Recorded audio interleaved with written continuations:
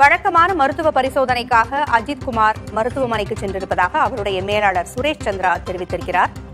நடிகர் அஜித் குமாரிற்கு வழக்கமான பரிசோதனைகள் நடைபெறுவதாக கூறப்பட்டிருக்கிறது. கூடுதல் விவரங்களை வழங்க செய்தியாளர் சனா இணைந்திருக்கிறார். சனா, நடிகர் அஜித் குமாருக்கு வழக்கமான மருத்துவ பரிசோதனைகள் நடைபெற இருப்பதாக கூறப்பட்டிருக்கிறது. கூடுதல் விவரங்கள் என்ன?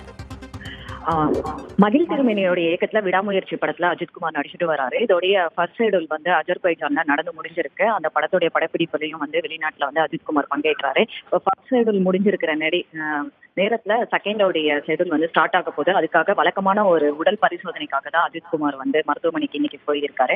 மற்றபடி அவருடைய உடல்நிலை நல்லா தான் இருக்கு அப்படின்னு சொல்லிட்டு அவருடைய மேனேஜர் சுரேஷ் சந்திரா நம்ம கிட்ட போன்ல சொல்லியிருக்காரு. ஸோ 15ஆம் தேதி கண்டிப்பா அவர் அஜர்பைஜான்ல நடக்கிற விடாமுயற்சி படப்பிடிப்புல கலந்துக்குவாரு அப்படின்னு சொல்லியிருக்காரு.